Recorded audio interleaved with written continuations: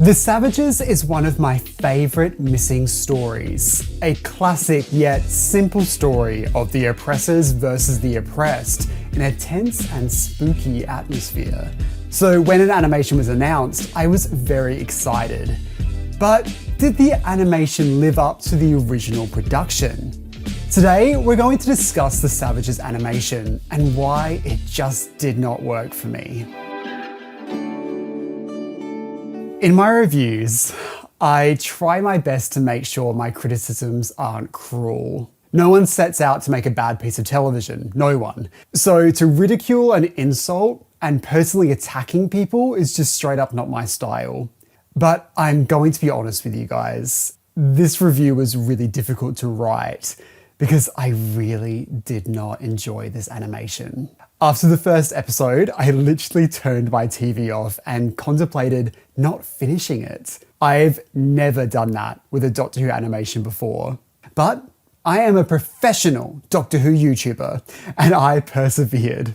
And I have to say, I watched the first episode in colour, and I switched to black and white 4:3 for the remaining 3 episodes, and my enjoyment of it did increase. So I'm going to break down each part of this animation and really investigate and analyse why this did not work for me, and see if you can see my perspective. Because I'm seeing that a lot of people online really liked this one, and sometimes I am the outlier, and I'm happy to be wrong. Either way, let's discuss. I want to start off with the highlight of this release, the character animation. It has to be said that the movement of the characters is impeccable. The expressiveness of the characters is some of the best the range has ever had. The animators have clearly studied Hartnell's performance and tried to add those elements to the story, and it really shines. There is a wide assortment of hand movements and different angles, and it's really visually interesting to watch. I think a big critique of other animations like the Underwater Menace is that sometimes it can feel like all the characters are standing in a row and they're all just facing towards the camera.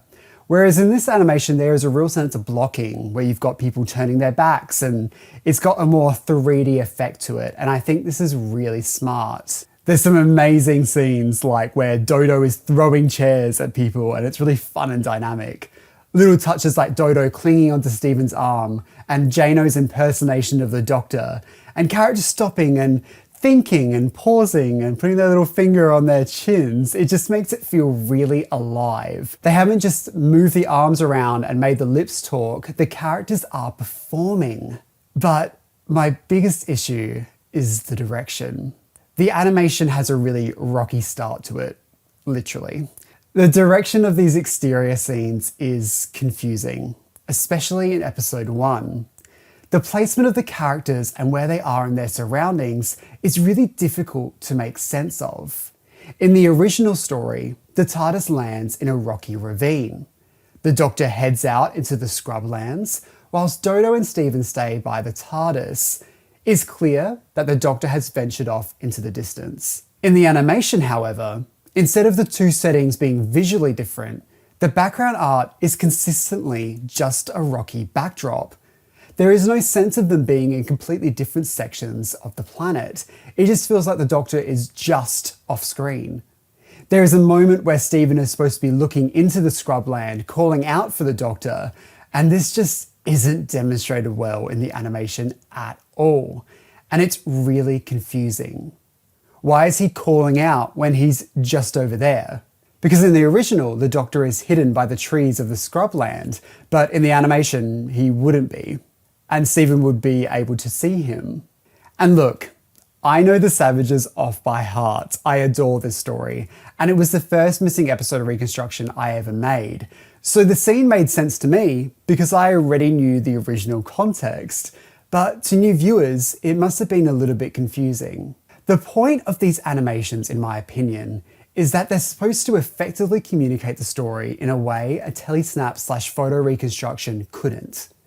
The still shots in the recon makes it difficult to understand where the actors are in their environments, and in animation, in theory, you can show that better. This complete lack of understanding of the scene must fall upon the director. It's their call to say how the different settings should look. And they chose to keep everything looking identical, which is fine. But in the context of the scene, it didn't really make any sense.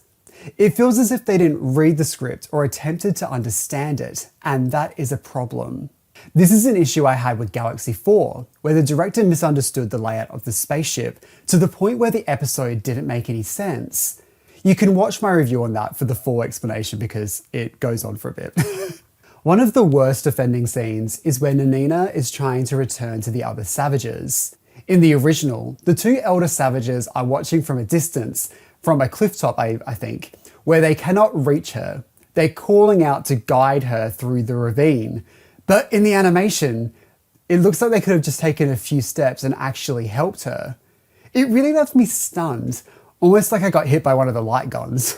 But thankfully, the direction improves drastically once we're in the city, because with the interior sets, there is a better understanding of space and where the characters are within the scene. And also, I need to say, the character animation that I raved about earlier is directed by the director. They did an amazing job at pushing for that, and it really shows. So I don't want the takeaway of this to be, this is the worst direction of all time. It's just unfortunate that some scenes just felt off. There are a few moments that are brilliantly directed. There's a scene in episode 3 where Steven disarms the guard Exors, and it's a really tense and brilliant scene. It's unfortunate though that the cliffhanger for this episode hasn't been given the same amount of care. Our three leads are supposed to be trapped in this corridor, pursued by guards covered in gas. Dodo screams saying that she can't even make out the figures in the fog, but in the animation, they're as clear as day. Like, dude, do you need to wear glasses or something? Because they're right there. This scene would have been the perfect excuse to cut the lights, the only illumination coming from the light guns, and the cracks in the walls, the figures barely being seen in the mist. The Doctor completely drained could have looked really menacing and scary under dark lighting, and it's just another missed opportunity to make this story have some atmosphere. Throughout the entire animation, there is a lot of moments where the dialogue doesn't match the visuals. Dodo, when entering the Savage's cave hideout, says that it's a little temple, and then the animation proceeds to show the largest mural you've ever seen. Or the leader of the Savages will say, "Quickly, this way," and move at the most glacial pace of all time. This isn't so bad if it happened once, but it happens 3 times in the same episode, to the point where it's actually hilarious. It feels almost like it's an intentional joke, and if it is, I welcome it because I had a good giggle. Later in the story, it's supposed to be getting dark, even though it's broad daylight in the animation. Steven says that he can't even make out the guards in the dark, whilst the sun is shining on his face. It's really baffling. It's like the team don't want anything to be cast in shadow. Everything is bright and colourful. But it does end on a really great note in episode 3, with the final moments in the laboratory being directed very well. I won't spoil the ending for those who haven't seen it, but I believe they've done the moment justice. I've criticised the lighting quite a lot through this video, but there has been a slight improvement on the lighting compared to the previous release. In the laboratory corridors, there is an attempt at shadows, and within the laboratory, there is some nice backlighting, but it's really subtle, which is fine. But personally, I prefer more dramatic and intense lighting effects in animation. I feel as if the lighting in the Savages looks better in the black and white version, almost to the point where I feel like they animated it and lit it for it to be watched in black and white. The colours, like the Underwater Menace, are not really pleasant to look at, in my opinion. They're an assortment of pastels and out-of-place brights, like Dodo's yellow dress, and there's a return to inconsistent line work. You'll have these thick black lines and then thin colour lines, and it really makes for a hodgepodge effect. The inconsistent line work also makes errors in the compositing. If there's a wide shot, the thin lines become almost invisible, and some of the thicker lines look pixelated and compressed. There is a real lack of cohesiveness, and it's something I was happy to chalk up to growing pains in the Underwater Menace, but it seems like now this is intentional, or it's an error they're aware of but are unsure how to fix it. Personally, I would recommend switching to the 4:3 black and white animated version that was released in this set for a more cohesive experience. I enjoy the animation a lot more this way. Now, this is a conversation I've had in quite a few of my animation videos, and it keeps coming back to me. Who is the target audience for these animations? Because in theory, I'm the target audience, like me, Josh Nez. I love missing episodes, I love 60s Doctor Who, I love animated Doctor Who, and I'm even open to reimagining old stories for a brand new generation. But this story and the Underwater Menace both left me scratching my head. If we're making changes to the original, shouldn't we be making changes that improve the story, improves the storytelling, expanding on the original designs? But instead, that isn't what they're doing. And look, this is a really difficult thing to put my foot down on because it's subjective, right? Like what does look good, what is better, that just comes down to personal taste. But let's try and be a little bit more objective. In the original, they filmed in a quarry. That's a budget restriction because, they can't go to another planet. But with animation, you can reimagine this planet to be anything. And yet, they chose the same rocky background for every shot. If the original production had scrublands and ravines and cliffs, and this one didn't, is that really an improvement? If the original production communicated the story better than the animation, that's not an improvement. Replacing these atmospheric, spooky-looking sets with really stock-standard sci-fi sets just doesn't excite me. I love the 60s kooky set design of the original, and there are echoes of the original set in these new sets, but making them more contemporary just makes them look more bland. So if their take is to reimagine a 60s story as if it could be made now and to make it more contemporary, that's fine. But when we take all the 60s character out, what are we left with? Is generic better? To me, not so much. If we're reimagining things to the extreme, why not take it further? Why not be more artistic? Why not be more experimental? It's really odd. So, let's do a checklist. What are we honouring? Are we honouring the original performances? I would say so. The character animation is brilliant. Are we honouring the original audio? Yes, until this newer reimagining doesn't line up with the original dialogue and the animators just choose to ignore it and just do what they like anyway, without trimming that dialogue to make it make sense. Are we honouring the original filmmaking style? No, we are not replicating camera studio movements, which is fine by me. It's a 2D animation and it's really difficult to replicate that type of style, and I'm fine with that. Are we honouring the original designs? No. The lighting? No. And the direction? That's open to interpretation. Then what are we doing here? If we're not telling the story in the way that it was written, in the way that it was directed, then are we even experiencing the story in a way that's enjoyable? I feel like I'm being dramatic, which yes, I am. I am a dramatic person. And I'm hoping I don't come across as like I'm really upset or angry. I'm just Australian and we just sound like that. But this range was really my special interest.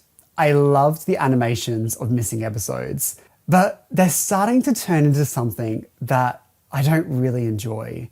How many step backs can this range take before I realize that maybe they're not for me anymore? And once again, I find myself at the question I asked earlier. If these animations are not for me, who are they for? The character animation in this is far too good to be disrespected by substandard composition. I feel awful saying that because I know everyone working on this would be working like a damn dirty dog to try and get this done on time and on budget. And I know they would have put all their effort into it and probably had crazy endless nights working on it. But I think as a viewer, it's impossible not to compare the pair. I think if I never had the Macra Terror, I never had the Evil of the Daleks, I never had the Invasion, I'd look at this and think, this was really good. And I hate that my brain is comparing them. I wish I could just let that go and just accept that the Macra Terror team is not coming back. I'm not going to get that, and I should be happy with what I get. But a part of me still hopes that the animation range will improve. But if the people directing these are happy with how they look, and the producers are signing off on them, that means they're happy as they are. And baby, I wish that were me. So, in summary, I loved it. Best animation yet. I'm sorry this is such a Debbie Downer review. I really wanted to like this and I hate making videos like this. But I hope my review came across as somewhat balanced even though it ended a bit negative there at the end. And I'd be really curious to see what you think about this animation. I've heard so many people really rave about this one and I feel like I'm the odd one out. And like always, I'm totally open to that. Television and art is supposed to be open to interpretation. There is no such thing as the wrong opinion. Unless you dislike me and that's just factually incorrect. Everybody loves me. So, what did you think about this animation? Love it? Hate it? You feel indifferent? Let me know in the comment section below. Okay. Oh, that really okay. Don't forget to click below to subscribe to the official Josh Snares YouTube channel.